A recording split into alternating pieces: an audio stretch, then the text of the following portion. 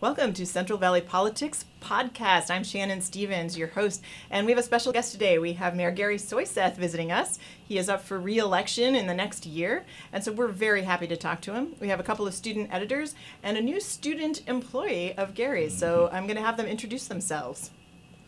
Hi, my name is Kristen Diaz. I'm an editor for The Signal. Hi, I'm Jesus Alvarado, and I'm also an editor for The Signal. I'm Nathan Straubinger. I am Gary's Director of Communications for his 2018 campaign. And I'm Gary Soiseth. I'm the mayor of Turlock, the 22nd mayor that was elected in 2014, and I'm up for re-election in 2018.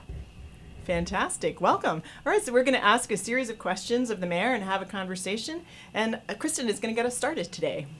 All right. So first of all, I want to say thank you for coming and talking with us today and taking the time out of your day to answer our questions. My first question is, how would you continue your efforts with your public policy scholarship in the future? Absolutely. So thanks for bringing this up. One of the first things I put out there when I was running for election in 2014 was that I wanted to give as much of myself to the city of Turlock as I can, to include the fact that I wasn't going to get paid. But I didn't want to cede all control of that stipend, so I said it's going to go over to the college. And so we set up a public policy scholarship award here, where the first recipient actually was going to be tackling a public policy issue having to do with transportation. And so she retooled all the transportation networks with our bus routes, and then that's how now students ride free on the bus systems. And I was just told last night that over 2,000 rode between January and June of this last year. So I think that that's phenomenal. It's great. The second one was bridging the gap between the downtown businesses and also the students here. I wanted to see, and actually Nathan can probably speak to it because he was the recipient, but I wanted to see a bigger bridge between the downtown and student population. I want them to feel welcomed in Turlock and have them have ownership of the city of Turlock just as much as any other resident, whether they're here 2, 3, 4, 5 years. It doesn't matter to me. I want them to feel welcomed. And so finally, this next iteration, I'm very excited about it. I'm working with Dean Twadio and his team, and we're going to be launching a public art mural festival, basically, where we're going to be taking a bunch of cinder block walls and different areas that people want to donate, and we're going to be doing a lot of public art and murals throughout the community, and that'll be launched in the spring and summer of this next year. All right, thank you. Mm-hmm. I think going back to that, you partnering up with Dean Twadio with this mural festival. My question, because I've heard of this, and my question has always been, for this mural festival, is there any type of art that you plan on implementing that kind of reflects the diversity that Stan State and the surrounding communities offer to the Central Valley?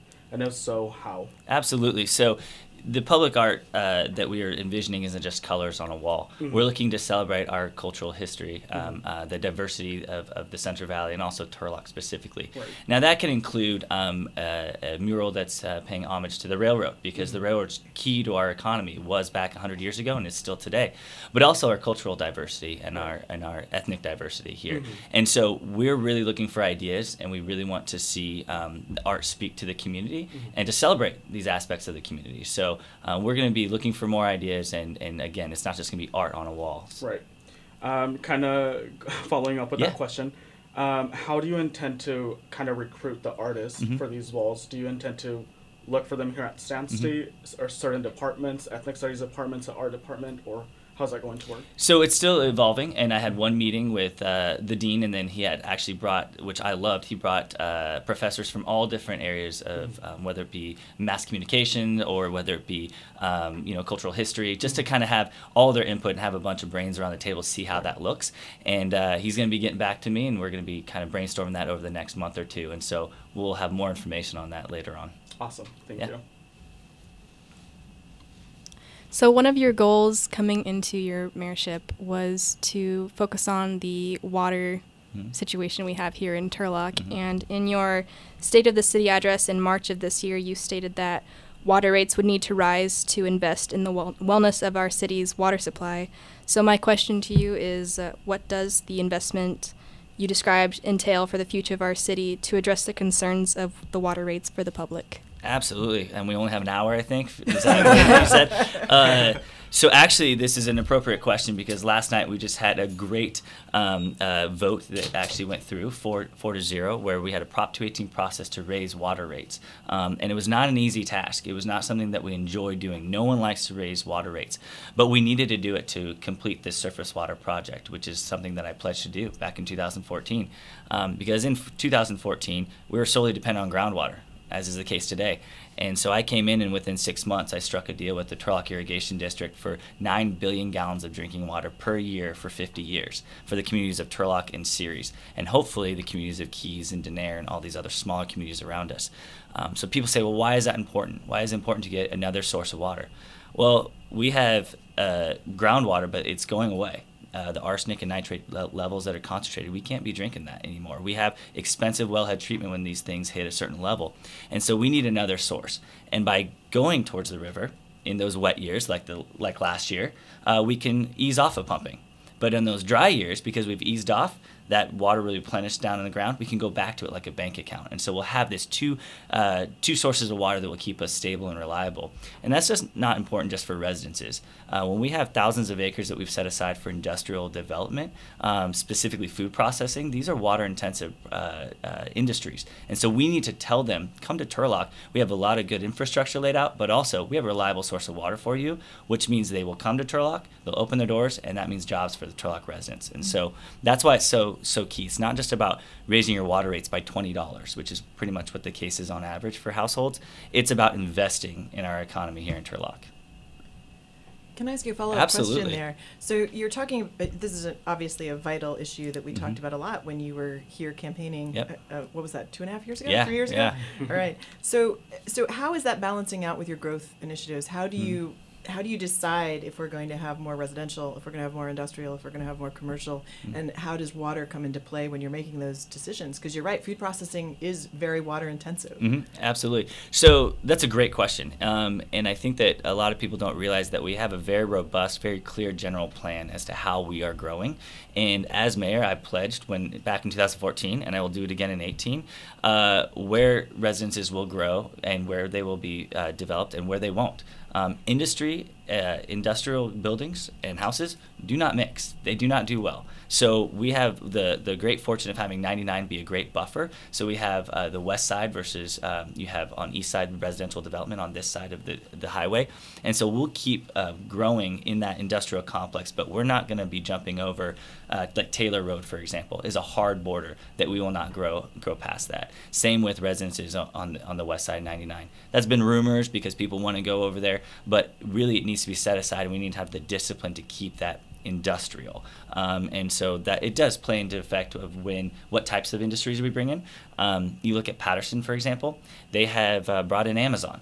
That's not a good fit for us, right? That takes up a lot of land, and it's not necessarily water intensive. We have the water resources, and we have the infrastructure to handle other things like Blue Diamond, Hilmar Cheese, or other industries that are involved in agriculture. Thank you. Well, I guess my question would be, because I read an article early February, I think, where the Turlock Journal kind of spoke about your new initiative. I think it's called the Million Kinds of Actness, or Million Acts of Kindness. Thank you. Absolutely. What basically inspired you to bring that here to Turlock? Absolutely. So a good friend of mine, Mayor Tate of Anaheim, actually, this was his idea, and he talked about kindness and freedom, and he actually was a man that actually became friends with the Dalai Lama, of all people. I'm not sure how that relationship got sparked, but he was very much inspired by him about talking about kindness in communities. And kindness, which I love because I talked to Mayor Tate, who's a practicing Christian, was not threatened by talking about kindness because it came from the Dalai Lama or some other religion. Kindness is kind of transcends all religions and cultures, something that we should all be before, right? And so he started instilling that in his community, in his schools, and his after-school programs. And so I started brainstorming here in Turlock what we could do. And the school district obviously doesn't fall under me. I'm not the superintendent, but our after-school program, which honestly has thousands of kids that participate throughout the years, we have a captive audience to talk to them about kindness and what they can do to make their community a better place. And so a lot of times these kids are more at-risk youth that maybe they're there because both parents are working, so they're at risk for not having supervision in certain times. So this is a great time to form their thought process and talk to them about how they can make their community a kinder, better place. Kind of like a follow-up to that same question. Would you say that your initiative, this one that we're talking about, is inclusive in the sense that it promotes a culture around the LGBTQ plus community, the communities of color, and other marginalized communities here in the Central Valley? Yeah, so I don't know if the Million Acts of Kindness specifically speaks to those communities, but what we try and do is adopt civility across the board in other initiatives as well. About a year ago, I was at the mayor's, actually it's very appropriate I'm talking about this because Mayor Lee just passed yesterday or the day before. He talked about mayors that would make a pledge for anti-discrimination, right? So they would not discriminate against the LGBTQ community. And so I signed that pledge happily. We have staff members. We have people in our community that identify in this population. I think it was very important to make that stand to say that as a mayor, we celebrate that. It's not something to shy away from. It's that we're very happy that we are a diverse community, that this community is inclusive, and this community accepts anyone from different races, religions, cultures, or whatever it might be. Right. I guess where I'm going towards this question is like specifically how is that being promoted? Because I feel like me as a person of color and also a person from the LGBTQ plus community, oftentimes I do encounter individuals here in Turlock who, you know, have other beliefs, and obviously we have to respect other people's beliefs. But it's ironic because when they, you know, find out that either you're a person of color or you're from the other community, you're not respected. And I've encountered, unfortunately, some of those people here in Turlock. Yeah. So I want to know how active this act is, I guess. It's a great question. Listen, it's not lost on me that we are a community, a city with a person that goes to school here that was very heavily involved in the Charlottesville acts, and I don't want to give him airtime with his name. It's also not lost on me that we're the community that produced Colin Kaepernick, who's making strong stances on these issues throughout the country and throughout the world. And I'm not here to say what's right and wrong. It's just that's not the conversation I'm having. But the fact that Turlock is here and has the opportunity to have a conversation is something that is not lost on me. And that's what we started a year ago when we had our Inclusivity Summit. Dr. Sheely talked about it. We had people come around the table that were from different religions, different cultures, different organizations, NAACP, the Hispanic Chamber of Commerce, different organizations. And we all came around and brainstormed along with city staff what we could do. And it started with a conversation, and I will admit there's not a lot that spurred from that other than the fact that we want to have more conversations and see what we can do. And Dr. John has done a great job of saying we want to continue this conversation. And the next one's going to be in January, actually at the Carnegie Arts Center. And we're purposely moving it off of campus because it's not just a campus initiative. This is also a citywide initiative. And so we're going to be hosting that at the Carnegie and talking about what we can do as a community to make people of color, of different groups, feel more included and safer in our community. Thank you. Gary, great job. I have a couple of questions that I think are related. So it was really cool to hear you talk about Mayor Tate and Mayor Lee. May he rest in peace.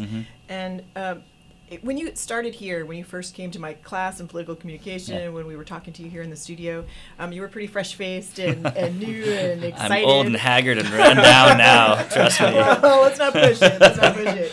But I would like to hear you talk, at least just briefly, about how your perspective has changed about being of service in this way. Because you've taken on a pretty serious service role for our community. And I want to know how that feels to you now. And things like your growing relationship with other leading mayors in the country sounds good, but I'm sure there are also some tough things, like managing a disparate city council and that kind of thing. So could you address that a little bit? Oh, where to begin? I feel like I should kick Nathan off the couch so I can lay down and start doing my psychoanalysis of myself. No, it's been, being mayor is the most humbling experience that I could ever dream of having. It's been great, but there's a lot of ups and downs, like you said, and you learn a lot about yourself. You look at things in a different way. I do a lot of ride-alongs with our police and firefighters, and you know, what they deal with day in and day out, how they go from one issue to another, and they do it so professionally, just floors me. I've been on calls with them where we're going to a motel and they don't know what they're going to encounter, but it's a lifeless baby on the ground that's got into the drugs that the mother, who was passed out on the bed, didn't realize the toddler was in, and that toddler died right there. And they have to shift gears from that then to go to another fire or go to a speeder or whatever it might be. It's also not lost to me that there's lots of ups and downs for them. These firefighters, they showed me a video, we highlighted it, where there's a big rig accident on 99, and they had to go extricate this child who the wheel had literally crushed him, but he was folded almost like a sandwich, but it was just an inch away to where he was still fine, and so they had to use the jaws of life and get him out. That same day, our fire department had to respond to a toddler that was at the bottom of a pool and didn't make it. And these men, and we have an all-male firefighter squad right now, shift gears rapidly. Our police officers are often the first responders, and they see it right away. And they compartmentalize it really well. They're professionals. But as mayor, I have seen it firsthand with them, but then also hear the stories and I get the reports, and I'm just amazed at what they do day in and day out for this community. So that's taught me a lot about, woe is me issues, right? Someone's, bashing me on a blog, or someone's saying things that aren't true. It pales in comparison to what they deal with. It absolutely does. Our first responders do a great job.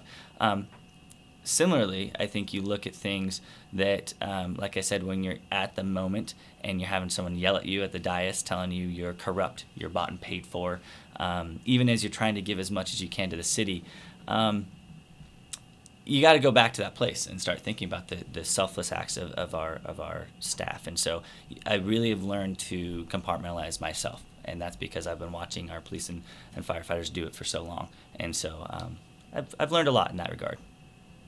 Thank you. Can I ask you to expand on that just a little bit for me in relation to our student body and them getting involved in this sort of thing? I don't think it's controversial to say that the past year, the political climate, and it's not just the political climate, is divisive. That bleeds through into our lives, into our classrooms, into our communities, so that sometimes it's hard to remember that there are actual tragedies occurring all around us all the time, and how important it is to have people step up to the plate like you have done. Regardless, listeners, of whether you are for or against Gary Soiseth's policies, you have absolutely stepped up to the plate and made some important decisions, I think, to serve our community. How can we get the students, not just at this table, but students all around, to understand that they are our future and that it is worth it to get involved? Yeah. Well, I think there's someone sitting to the left of me who embodies that, in the fact that I'm running for re-election. I didn't go for a high-paid, I don't pay you a lot, high-paid communications director from Sacramento or D.C. or someone that does this professionally. I know Nate. We've worked together for a while because he is a recipient of the scholarship, and I said, I trust you. You can take this campaign places it needs to go. Like, you might be like, what, you're 19, 20 now, I think, 20, or something like 23. Okay, plus. 23, yeah, sure. Getting up there. But he's definitely someone that has that talent, and this campus is just filled with talented young people, and that are going to be doing great things in this community, and I'm trying to keep as many of them in Turlock as I can. And so I want them to get involved, and I think by showing that I trust someone like Nate to head something so important as communicating with my community, should show that I do trust Stanislaus State students and think that they are definitely the future. I do think you hit on something earlier, if I may, about national politics trickling down to local. It is, I've been critical of certain national figures that have said things that I disagree with, because it's frustrating for me to go into an after-school program, which is what I do, and I speak to young kids, and to see fearful young people that think that they're going to have Turlock PD coming and knocking on the door and taking their parents to a different country that they don't even know. Mexico's not in where they know. They've lived here their whole lives. And to see that fear is It's not a good thing. It's a hard thing as a mayor. And so I'm lucky that I get to stress the fact that our police department is not immigration control. This is not what we do. We enforce laws. We protect all people here. I don't care if you've been here for 100 years or your family's been here for 100 years or you're a new refugee family that's been here for 6 months. You are protected under these laws, and we will make sure that you are safe. And so that's part of why I speak to these classes. We have a civic engagement kind of crash course for 4 hours. We did it once. We're doing it again in January, where we bring in refugee families to City Hall, and we show City Hall to be a place where you can come get services. Your water bill, you don't know what's going on with it, come talk to us. Your police officer, he's right here. Your police chief, he's going to protect you. I'm your mayor. If you need anything, you pick up your phone and call. So we've really tried to make City Hall open to all residents. I don't care if you're just here passing through or if you've been here for a long time. Thank you. That was inspiring. Yeah. Actually, thank you. And before Kristen asks her next question, Nathan, do you want to talk at all about your experience working with the mayor and what it's like to step into this new role as communication director? Yeah, I mean, honestly, it really is, I would say, humbling for myself as well. Coming into a position like this. First, getting connected with Gary and receiving the Public Policy Award was something that myself and my partner, Logan Martinez, who has helped me spearhead this initiative to getting the students to downtown. And it's really cool how a student like myself can get involved and even get into a city level where now I can work pretty directly with Gary and being trusted and just having the ability to give an outside perspective of maybe what the students here at Stanislaus see going on in the community, or whether expanding into new and innovative ways to gather information from the community and seeing how they feel about certain things. So I mean, overall, it's been just an incredible experience, and I'm really excited for what 2018 has for us. That's wonderful. Thank you. And you heard that, students. Talk to Nate if you want to have a direct line to the mayor. Now you know where to go. So my next question is, in your overall goal to repair our city's roads, what challenges have you experienced that you plan to address and improve on should you be reelected? Oh, the challenges with roads. So as you all know, I'm the vice chair of the Stanislaus Council of Governments, which is basically Modesto gets 3 people, county each gets 5, and then each city gets 1 representative to come together as a body. In fact, we have a meeting tonight, and we deal with transportation issues primarily. And so Measure L, which was the countywide half-cent sales tax, was something that came up. And I was heavily critical of our citywide only initiative that was on the ballot in 2014 for various reasons, predominantly because I feel like roads and the road network needs to be tackled at a regional level, at the county level, especially because the way the system works in the state of California is you can leverage matching funds, dollar for dollar, or whatever it might be. And so I felt that that was important. So I didn't realize it that passing the tax was going to be the easy part of road reconstruction. Once we have the funds, now we're trying to accumulate it, and now we're trying to get these projects off the ground. And so the first project will be West Main, and then it'll be East Avenue and these major corridors. That's the strategy that Turlock laid out, that we were going to do the most heavily trafficked, heavily used arteries and corridors that we have. But a non-Measure L funded project, Folkerth and Golden State, which we just completed, highlights some of the challenges with road construction. You look at the Folkerth Road and Golden State Interchange, we were dealing with upwards of 8 utilities. You had the railroad, you had all these different individuals and different actors, plus you have contractors, subcontractors, you have all these different elements, not to mention literally the element of weather. So you have all these things coming together, and it doesn't always go smoothly, right? Or it goes a little longer. But I assure you, we worked as hard as we could to get that thing open. And I think the frustrating part that I talk about is that the Tuesday that we allocated the money, that we said, yes, let's go forward with this project, that following Friday, I believe it was, a car was T-boned where 2 young children, 4 years old and one was a toddler, were critically injured. That's because we didn't have protected left-hand turn lanes, which was one of the points of this project. And so people get frustrated, it's delayed, why is it an extra 2 weeks? And I get frustrated too, trust me. But at the end of the day, we were really trying to work as hard as we can to make it a safe, efficient intersection as quickly as possible. And now it's open, and it is exactly that. It's safe, it's efficient. The railroad crossing is as smooth as it can be. But again, I don't say this flippantly, but if someone can come up with a process that repairs roads while allowing everyone to still use those roads and not be inconvenienced, I'm all ears. I would love to hear that. I'm not being sarcastic, but I do appreciate the fact that we're going to do everything we can to make sure all businesses, residences know what roads are getting repaired when, and we will try to mitigate as many negative consequences to those businesses and residences when we do those projects. Thank you. Mm-hmm. You heard that, public policy students. Time for a new proposal for the mayor. Absolutely. I guess, well, I ran out of questions, so I have to make up one. Go for it, yeah. Yeah. So since you're running for re-election this coming 2018, are there new initiatives that you are going to tackle, new ones? Are you still going to remain some of them, or what's the difference between you right now versus you in the future in 2018? Absolutely. So one of the things we talked about, and Nate actually can attest to this, is we got together and said, do I change my tagline? Mm-hmm. Before it was clear vision, bold leadership, right? Mm-hmm. Do I change it to something else like fuzzy vision and not as bold leadership, or whatever it was? But in reality, it still fits, because I still do have a very clear vision of where the city needs to go, and a lot of it's building on the last, now it's 3 years of proposals.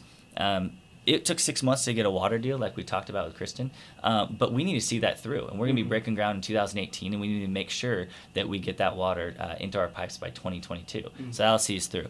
Measure L, again, passing the road tax actually kind of looks like the easy part, to be honest. It's the execution, making sure we get these roads paved as quickly as possible, as efficiently as possible, is something that we need to do. But similarly, you look at our public safety, our police officers and firefighters.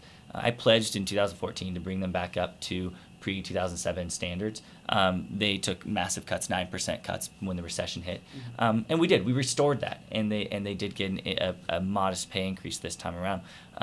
But that's not nearly enough. That's something that we need to explore. We need to figure out how we're going to find the revenue to make sure that we bring them up to standards that are similar to other neighboring communities. So the work's still there. It's not done. And sometimes people want things to happen overnight.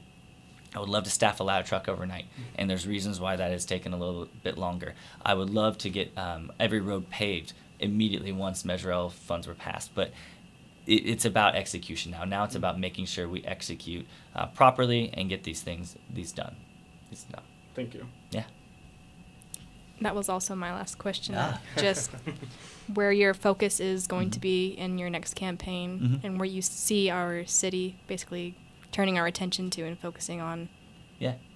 Absolutely. So I think it's still the fundamental issues of roads, water, and infrastructure. But I think that, Jesus, you hit on something that I readily admit that I wasn't as focused on in the campaign, which is the idea of improving our social infrastructure, making sure that we are a community of cohesion, that we are unified in our acceptance of different cultures and different ideologies and different beliefs.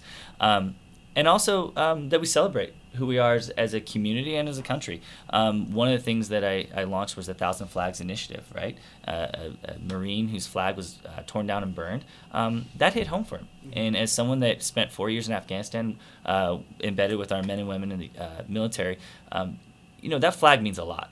That flag is what drapes your coffin when you go on a ramp ceremony for your final passage home. These are very serious things, and this flag means a lot to a lot of people in this community. So when we could spark an initiative to encourage patriotism, encourage love of country, why not? Why didn't we do it earlier, right? And we hit the 1,000 flag mark, and I talked to veterans, my Uncle Alvin specifically, a Korean War vet. He's still here, and he's heavily involved in the VFW. And he said he's proud of me about the roads and water, but he said he's most proud about that initiative that we launched. And so that means a lot. Similarly, you go down countryside and you see us with banners for our veterans, our currently serving military personnel. And these are young kids. They're 18, 19-year-old. Like, men and women that have served or serving in the Air Force or the Army or the Marines. And so they're up there as a banner with their face and their name and their branch because we want to say that we're proud of them for what they've done. So there were 13 polls. We didn't know if we'd fill them up, and now we have over 22, and there's a waiting list that keeps growing. So it just shows the patriotism and the love of country of this city. And so we're going to build on that in the next couple of years as well. Thank you. Kind of following off of that comment/question, would you say that inclusivity and welcoming of other ideas is part of patriotism or just raising the flag? No, absolutely. I think that that's what our country is founded on. Like I said, going back to some of the rhetoric I see at the national level and even trickling down to the local level, I don't believe that that's what our founders would like to see. I don't think that that's what this country is about. I think that this country is about welcoming our Syrian refugees. We'll have over 450 families from Afghanistan, Syria, a couple others coming to Stanislaus County because we have a long history of us Syrian refugees coming to specifically Turlock, and welcoming them and embracing them. One of the communities that has embraced them the most is the Christian evangelical community. Has embraced them. What needs do you have? How can we get you furniture? What can you do? And a lot of these people are not of the Christian faith. They're obviously they're Muslim predominantly, and so that's what makes this country great, and that's what America's about, and that's what that flag represents. It's not just a piece of cloth. For me, that's why I was so excited about doing this 1,000 Flags initiative, is because for me, this flag represents all that's good in this country, and so I think that that's something we should rally around. Thank you. Excellent, and thanks for clarifying that. I know whenever we're dealing with symbolic issues, it can be confusing, as we've talked about with Kaepernick in the past, Correct. who I believe is doing something very righteous, not trying to hurt anyone, just trying to ask for help. But whenever you're dealing with the flag, people can take it the wrong way, so thank you for clarifying what your mission is with that project. Absolutely. And then I have a couple of city council questions for you. Yeah, absolutely. So, as you know, the city council coverage has been a little bit harsh about things happening there. And so my question is two-part. One thing I would like to hear from you is first of all, explain to our students what a city manager does. And then if you can tell us why it is so difficult to fill that post here. What went wrong that the first search committees and outside help didn't make that happen. And then the second thing I want to talk to you is just more about managing city council, so we can come back to that. Absolutely. If you'd like to just start with the city manager. Yeah, we'll do a Civics 101 quick lesson. City of Turlock is a weak mayor system. Right, so I try not to be as weak as that sounds, but it really what it means is that bureaucrats or professionals are the ones that are in management roles, specifically city manager role, and so all the directors, everyone reports up to the city manager, but the council controls policy direction and controls two employees, which is the city manager and the city attorney. They're at-will employees that the council says yay or nay to. And so this last round, our city manager stepped down, and we have an interim. And we went through a process, and we had applicants from over 15 states, and we had over 40 applicants with various degrees of background and smaller cities. Maybe the city manager individual wanted to move up, or maybe there's someone that wanted to move in a different area, so they came to Turlock. So we had a wide range, and we narrowed it down. But at the end of the day, the council, which is the ones after we had panels and business panels and different people interviewing these top candidates, the council exercised its right to say this isn't the recruitment that we want. We want a wider net. Nothing against the people that applied, but we want to cast a wider net and see what other talent can come in. And this is not unusual. In fact, our city just south of us, Atwater, they're going through this. And we actually did this with our fire chief. We went through a whole recruitment process where we, at the end of the day, said there's not necessarily a candidate in here at this time that we feel we want to go with, so we're going to open up the search. And that's when we got Chief Taloni, who's from Connecticut. And he came from the East Coast with a very different style, very different perspective, and it's worked out great. And so the council should never feel that we are scared to throw out a $13,000 recruitment process, because this is a multi-million-dollar decision, right? This is a person that the last city manager made over $300,000 with salary and benefits. This person is making multi-million-dollar decisions day in and day out. We need to take it very seriously, and so we did our responsibility as a council to say, no, we want to cast a wider net. And so we have asked for requests for qualifications from recruiters. That'll be due by December 22nd. And the first week of January, we'll be meeting together to figure out what our next scenario, what recruitment we're going to do, what the process will be. Thank you. And is Chief Taloni still your interim? He is, Chief Taloni. How's he holding up with all that work? He's good. He said he's learned a lot about water. We had our water rate increase yesterday, so he's learned a lot about it. He's a great manager. He is someone that has a raw talent when it comes to just looking at things and making sure that tasks are on time and asking the right questions. One scenario is the fact that we actually, for Golden State and Folkerth, it was the contractors were pushing us actually to go open it up after Thanksgiving on the 28th for various reasons. And this was on a Tuesday before the Wednesday before Thanksgiving. And he and I and the engineer sat down and we went over, okay, what are the tasks? What is mission critical? What are the things that we need to accomplish to get this thing open before Thanksgiving? And it's that raw leadership that I think is what the city of Turlock needs right now. He's itching to get back as a fire chief.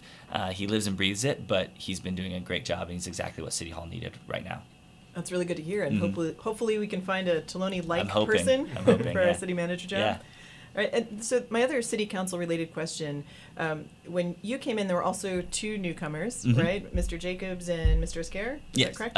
Mr. Jacob and Bill Dehart actually was older.